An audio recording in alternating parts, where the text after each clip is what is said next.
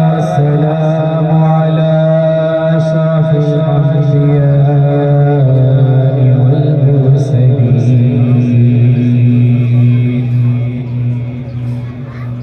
أما بعد فأعوذ بالله من الشيطان الرجيم بسم الله الرحمن الرحيم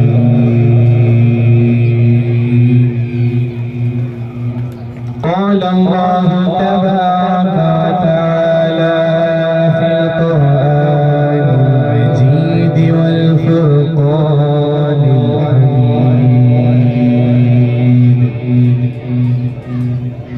ذلك الكتاب لا ريب فيه صدق الله مولانا العظيم وصدق رسوله النبي الكريم الأمين ونحن على الشاهدين والشاكرين قال الله تبارك وتعالى في شان حبيبه مخبرا وآمرا إن الله وملائكته يصلون على يا أيها الذين آمنوا صلوا عليه وسلموا تسليما درود پاک پڑھ لیجئے اللهم صل على سيدنا مولانا محمد وأنزله المقعد المقرب عندك يوم القيامة اللهم نبه قلوبنا بالقرآن وزين أخلاقنا بالقرآن ونجنا من النار بالقرآن وأدخلنا الجنة بالقرآن يا صاحب الجمال ويا سيد البشر من وجهك المنير لقد نور القمر لا يمكن الثناء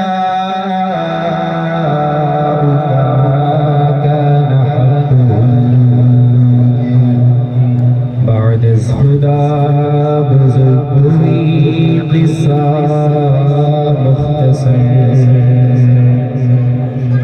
حمد و صلاۃ کے بعد تمام تعریف و توصیف اللہ مجدہ الکریم کی ذات بابرکات کے لیے جو کہ خالق کائنات ہے درود ہو بے شمار نبیوں کے سردار شہنشاہ ابرار دو عالم کے مالک و مختار صلی اللہ تعالی علیہ وآلہ وسلم پر جن کے صدقے اللہ تبارک و تعالی نے ہمیں یہ دونوں جہاں کی دولت سے سرفراز فرمایا اللہ تبارک و تعالی سے دعا ہے کہ اللہ تبارک و تعالی ہماری اس حاضری کو اپنی بارگاہ میں شرف قبولیت عطا فرمائے اور اس قرآن مجید کے صدقے میں اللہ تبارک و تعالی ہماری بے حساب کتاب مغفرت فرمائے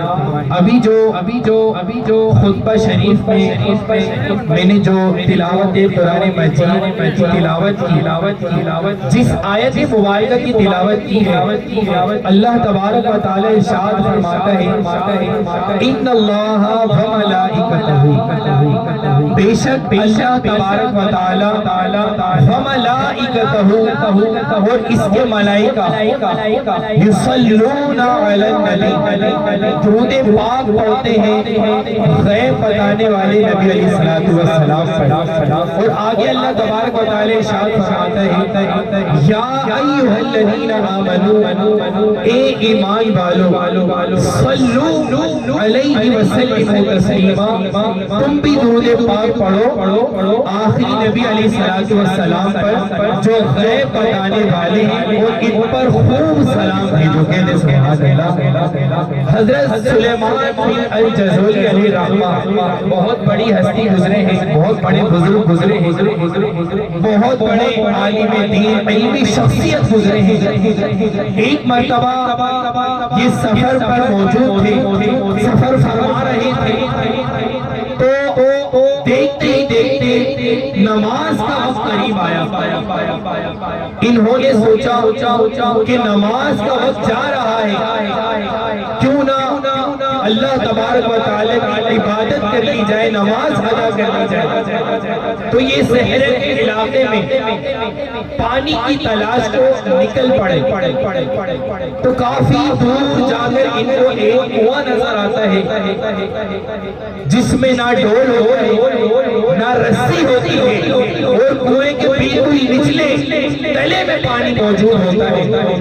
اب یہ بڑے پریشانی کے عالم میں مبتلا ہوتے ہیں کہ کس طرح سے اس کنویں میں سے پانی نکالا جائے اور طہارت حاصل کی جائے, وضو کیا جائے اور نماز کو ادا کیا جائے. تو اسی کے برابر میں ایک کچا سا مکان بنا ہوا تھا, اور اس مکان کی چھت پر ایک ننھی منی بچی یہ سارا منظر دیکھ رہی تھی کہ یہ بزرگ ہستی اس کنویں سے پانی نکالنا چاہ رہے ہیں, پانی طلب کرنا چاہ رہے ہیں, اور نہ اس کنویں میں ڈول ہے نہ رسی ہے, کس طرح پانی نکالے گا.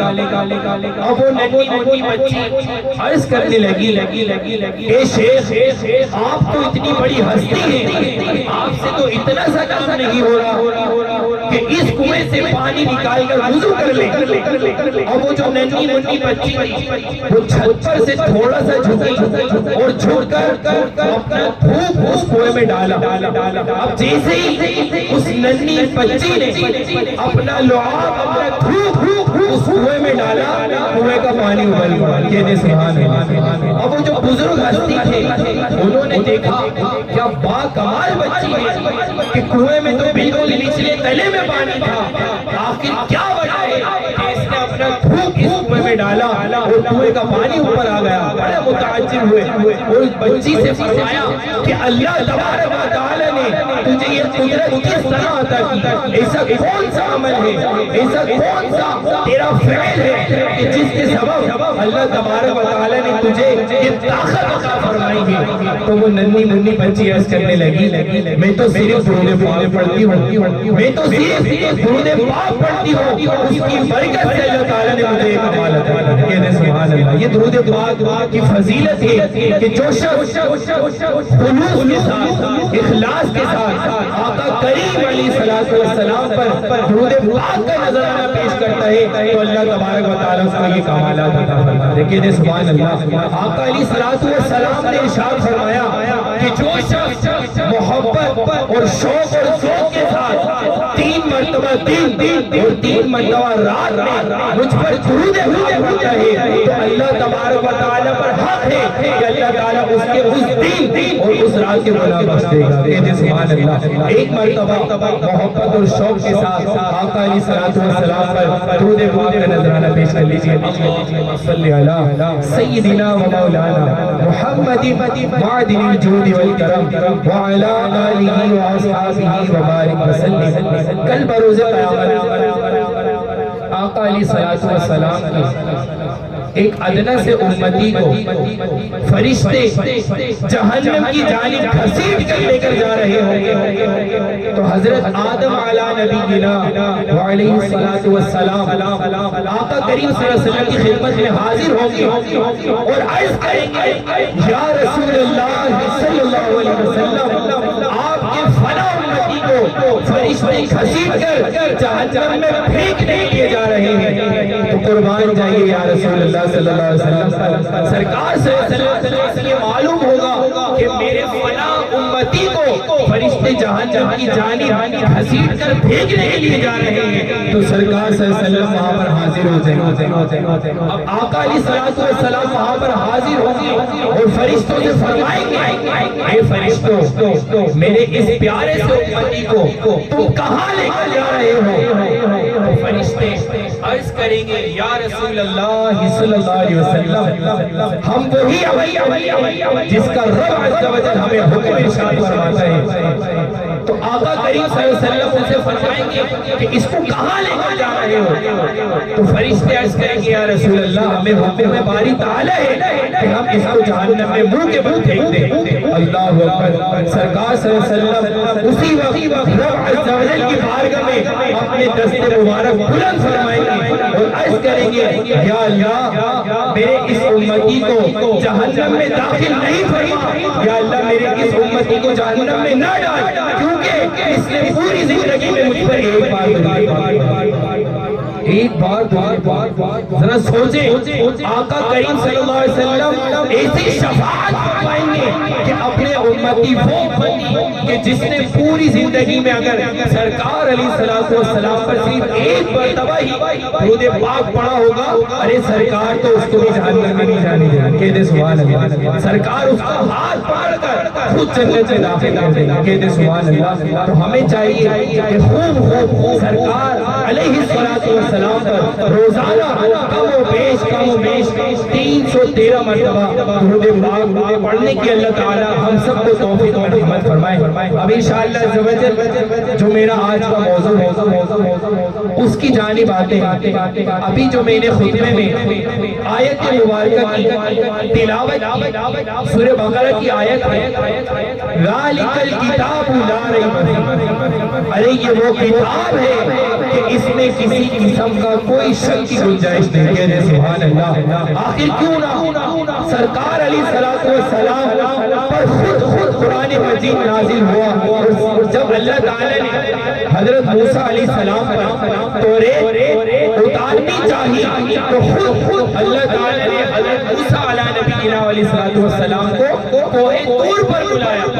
جب اللہ تعالی نے حضرت موسیٰ علیہ السلام کو کتاب دینی چاہیے تو خود بلایا اور کوہ طور پر وہ کتاب نازل فرمائی۔ لیکن قربان جائے سرکار علیہ السلام کی شان پر کہ اگر سرکار مکہ شریف میں ہوتے تو قرآن مکہ میں نازل ہو جاتا، آقا صلی اللہ علیہ وسلم جب مدینہ منورہ میں ہوتے تو قرآن مجید مدینے میں نازل ہو جاتا۔ کہتے سبحان اللہ، یہ شان ہے کہ سرکار صلی اللہ علیہ وسلم جہاں پر ہوتے قرآن مجید وہی نازل ہوتا، اور قرآن مجید کم و بیش 23 سال کے عرصے میں آقا علیہ علیہ السلام پر تھوڑا نازل ہوا۔ قرآن مجید سے ہمیں بہت محبت کرنی چاہیے، کیونکہ قرآن مجید قبر میں بھی کام آئے گا اور کل بروز قیامت بھی ہمارے کام آئے گا۔ کہتے سبحان اللہ۔ ایک بڑی پیاری سی حکایت ذہن میں آتی ہے، سوچا آپ کی بارگاہ میں گوشت گزار چلا۔ حضرت امام عاصم علیہ الرحمہ، یہ بہت بڑے امام گزرے ہیں اپنے وقت کے، اپنے دور۔ ان کی یہ عادت کریمہ تھی کہ یہ قرآن مجید سے بڑی محبت کرتے تھے، قرآن مجید کی خوش الحانی سے تلاوت کیا کرتے تھے اور قرآن مجید کی تعلیم کو فروغ دیا کرتے تھے۔ ان کی یہ عادت تھی کہ روزانہ مسجد نبوی میں تشریف لاتے تھے اور قرآن مجید کی احسن انداز میں تلاوت کرتے تھے۔ تو اسی کے ساتھ ساتھ کچھ شاگرد ان کے پاس آنے لگے کہ ہمیں بھی آپ قرآن مجید سکھائیں، آپ بڑے احسن انداز میں بڑی خوش الحانی سے تلاوت کرتے ہیں، ہم بھی آپ سے قرآن مجید کی تعلیم حاصل کرنا چاہتے ہیں۔ تو حضرت امام عاصم علیہ الرحمہ نے ان کی دعوت کو قبول فرمایا اور کہنے لگے کہ تم روزانہ اس وقت میرے پاس آنا، میں انشاءاللہ تمہیں قرآن مجید کی تعلیم دوں گا۔ پھر کیا ہوتا ہے؟ اب وہ جو شاگرد ہوتے ہیں وہ حضرت امام عاصم علیہ رحمہ کی بارگاہ میں آتے ہیں اور ان سے قرآن مجید جب سیکھتے تھے تو حضرت امام عاصم علیہ رحمہ کے منہ سے بڑی پیاری خوشبو آیا کرتی تھی۔ تو ان کے جو شاگرد تھے وہ بڑا متعجب ہوا کرتے کہ ہمارے شیخ جب ہمیں قرآن مجید کی تعلیم دیتے ہیں تو ان کے منہ سے تو خوشبو کے حلے ہوتے ہیں، کھلے آتے ہیں، آخر کیا وجہ ہے؟ کیا یہ منہ میں الائچی رکھ کر ہمیں قرآن مجید کی تعلیم دیتے ہیں؟ آخر کیا وجہ ہے کہ جب یہ ہمیں قرآن سکھاتے ہیں ان کے منہ سے آج شاندار خوشبو آتی ہے؟ تو ایک جو شاگرد تھا وہ اپنے استاد محترم کے پیچھے پڑ گیا، استفسار کرنے لگا کہ آپ جب ہمیں قرآن مجید پڑھاتے ہیں تو آپ کے منہ سے بڑی پیاری خوشبو آتی ہے، آخر کیا ماجرا ہے؟ اس کے پیچھے کیا راز ہے کہ جب آپ ہمیں قرآن مجید پڑھاتے ہیں آپ کے منہ سے بڑی پیاری خوشبو آتی ہے؟ تو ان کے بار بار استفسار کرنے پر شیخ فرماتے ہیں کہ ایک رات جب میں تلاوت کر کے سویا تو میری قسمت نہ گڑائی، کہتے سبحان اللہ۔ تو سرکار علیہ السلام خواب میں تشریف لاتے ہیں اور فرماتے ہیں اے عاصم، جس لبوں سے تم رب کا کلام لاتے ہو ان لبوں کو میرے نزدیک تو لاؤ۔ تو حضرت امام عاصم علیہ رحمہ جس لبوں سے اللہ تعالیٰ کا کلام مجید پڑھتے تھے انہوں نے ان لبوں کو سرکار علیہ السلام کے قریب کر دیا تو سرکار علیہ السلام نے ان کے لبوں کو بوسہ دے دیا۔ بس یہی کہنا تھا، بس یہی عمل تھا کہ ان کے منہ سے خوشبو کے حلے آنے لگے، لیکن سرکار علیہ السلام نے ان کے لبوں کو جیسے ہی جھوما، جب بھی وہ قرآن مجید میں تلاوت کیا کرتے تھے تو ان کے منہ سے خوشبو کے حلے جاری ہوئے۔ یہ محبت ہے قرآن مجید سے، جو شخص قرآن مجید کی تلاوت کرتا ہے تو فرشتے اپنے منہ سے اس کا منہ ملا دیتے ہیں، یعنی اس کے ہونٹوں پر اپنے ہونٹ رکھتے ہیں کہ یہ ہمارے رب کا کلام پڑھا ہے، کہ سبحان اللہ۔ حضرت امام شافعی علیہ رحمہ بہت بڑے امام گزرے ہیں۔ ایک مرتبہ یہ مکہ شریف سے ہجرت فرما کر مدینہ منورہ جا رہے تھے تو کم و بیش راستے میں کو 16 دن لگے، تو 16 دن میں 16 مرتبہ قرآن مجید میں تکبیر فرمائی۔ کیا محبت تھی، لیکن افسوس آج ہم قرآن مجید کا ایک سپارہ پڑھنے سے عاجز ہیں، ایک سپارہ بھی ہم نہیں پڑھتے ہیں۔ قربان جائیے ہمارے اسلاف کابرین پر کہ جن کو ایسی محبت تھی کہ حالت سفر میں اگر 16 دن لگے تھے تو 16 دن میں 16 قرآن مجید پڑھی رہتے تھے۔ میں 16 سپاروں کی بات نہیں کر رہا، 16 قرآن مجید، ایک قرآن مجید میں کم و بیش 30 جز ہوتے ہیں، 30 سپارے ہوتے ہیں، ایک دن میں 30 سپارے پڑھنا یہ کوئی عام بات نہیں ہے۔ قربان جائیے ان کے استاد محترم جن کا نام امام اعظم علیہ رحمہ ہے، امام اعظم ابو حنیفہ علیہ رحمہ کی شان یہ تھی کہ جب رمضان المبارک کا مہینہ آتا تھا تو 63 مرتبہ قرآن مجید ختم کرتے تھے، 63 مرتبہ۔ رمضان المبارک میں 30 روزے ہوتے ہیں، 30 دن ہوتے ہیں، تو 30 دن میں 63 قرآن مجید اس انداز میں ختم کرتے تھے کہ ایک مرتبہ دن میں پڑھتے تھے، ایک مرتبہ رات میں پڑھتے تھے، اور 3 قرآن مجید نماز تراویح میں ختم کر دیا کرتے تھے۔ کہتے سبحان اللہ۔ اگر ہم اپنے اکابرین کی سیرت پر غور کریں، تفکر کریں تو یقین جانیے ہمارا ایمان بھی پختہ ہوگا۔ اسی طرح ایک بڑی پیاری حکایت، ایک مرتبہ سرکار علیہ السلام کی موجودگی میں صحابہ کرام علیہم الرضوان سفر میں تھے تو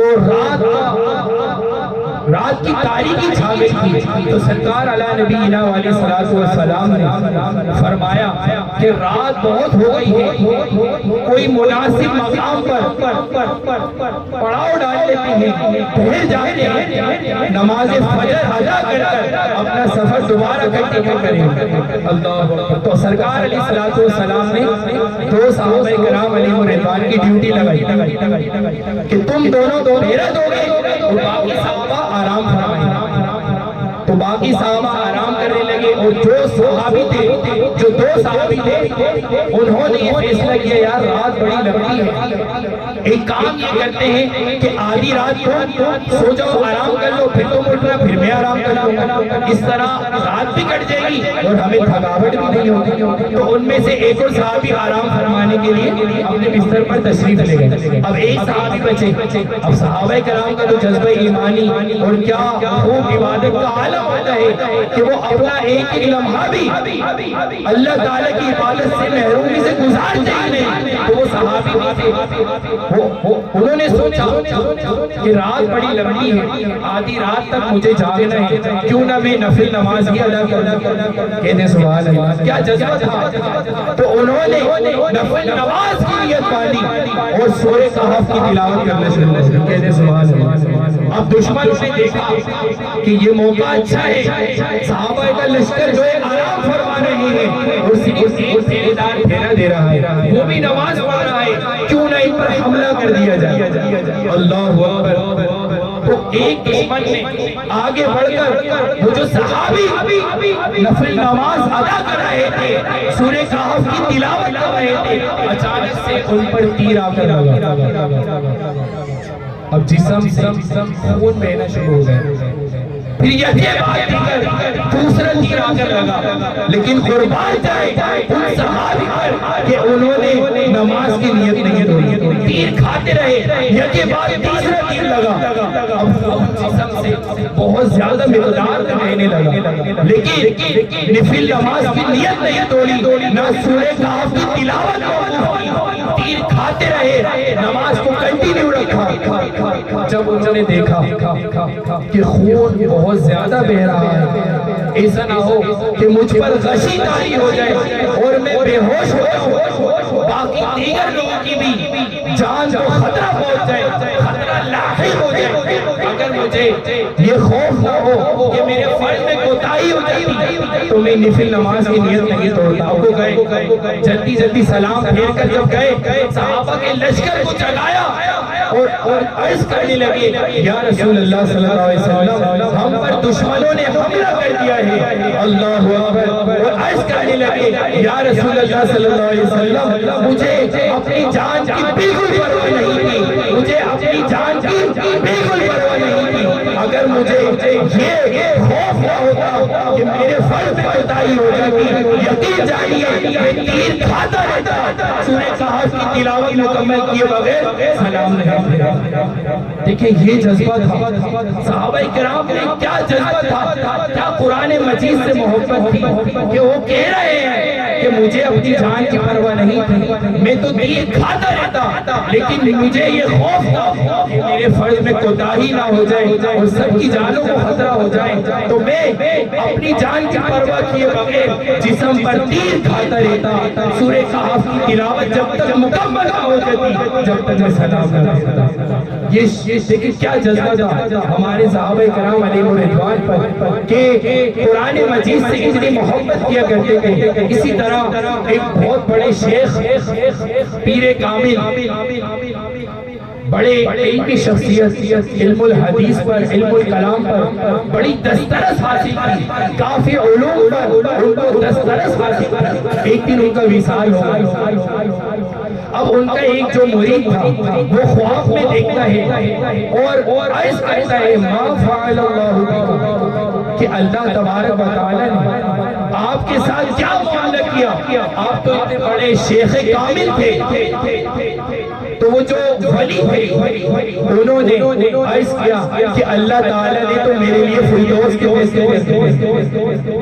تو وہ جو مرید تھے وہ عرض کرنے لگے اللہ تعالیٰ نے بے شک آپ کے لیے فردوس کے فیصلے کر دیے ہیں، آپ کا تو کوئی جنت میں سارس بھی ہوگا۔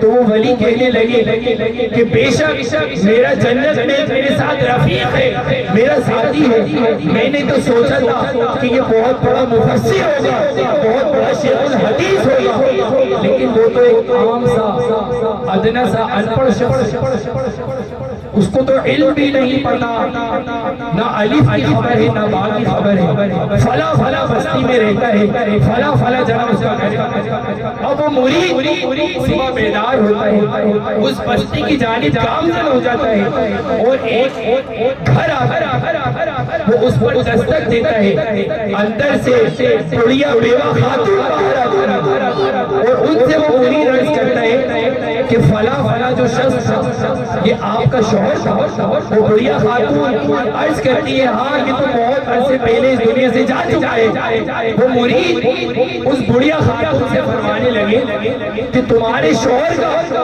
ایسا کون سا عمل تھا، ذرا ہمیں بتائیں کہ وہ کون سی عبادت کرتا تھا۔ تو وہ بڑھیا خاتون عرض کرنے لگی میرا شوہر جو تھا وہ تو بالکل ان پڑھ تھا، اس کو تو قرآن مجید پڑھنا بھی نہیں آتا تھا، وہ بالکل سادہ تھا شخص۔ وہ مرید تمہارا عرض کرنے لگے ہمیں ان کا ایسا عمل بتائیں جو کہ یہ عبادت کرتے ہو، اچھا عمل بتائیں۔ تو بڑھیا خاتون عرض کرنے لگی کہ ہاں جب بھی یہ نماز پڑھ کر آتے تھے، ان پڑھ تھے، قرآن مجید تو پڑھنے نہیں آتا تھا لیکن قرآن سے محبت بڑی تھی، اللہ اکبر، تو قرآن مجید اٹھاتے تھے اور قرآن مجید کا پہلا صفحہ الٹتے تھے، کھولتے اور صدر پر انگلی رکھتے تھے اور عرض کرتے تھے یا اللہ اس میں تو نہیں جانتا، مجھے تو پڑھنا نہیں آتا، لیکن اس میں تو نے جو لکھا ہے حق لکھا ہے، سچ لکھا ہے، ہر لائن پر یہی الفاظ دہراتے تھے کہ یا اللہ مجھے تو پڑھنا نہیں آتا، مجھے تو قرآن مجید پڑھنا نہیں آتا، لیکن اس میں تو نے جو لکھا ہے حق لکھا ہے، سچ لکھا ہے۔ اللہ تعالیٰ کو ان کا یہ عمل ایسا پسند آیا کہ جنت الفردوس نے ان ولی کا رفیق بنا دیا۔ دیکھیں یہ قرآن مجید سے ان کو محبت تھی کہ جس کے سبب اللہ تعالیٰ نے ان کو جنت الفردوس میں ایک ولی کا ساتھی بنا دیا۔ کہتے سبحان اللہ۔ اللہ تبارک و تعالیٰ سے دعا ہے، التجا ہے کہ اللہ تبارک و تعالیٰ ہمیں خوب قرآن مجید پڑھنے کی، تلاوت کرنے کی، سمجھنے سمجھانے کی اور اس پر عمل پیرا ہونے کی توفیق عطا فرمائے، آمین وما علینا الا البلاغ۔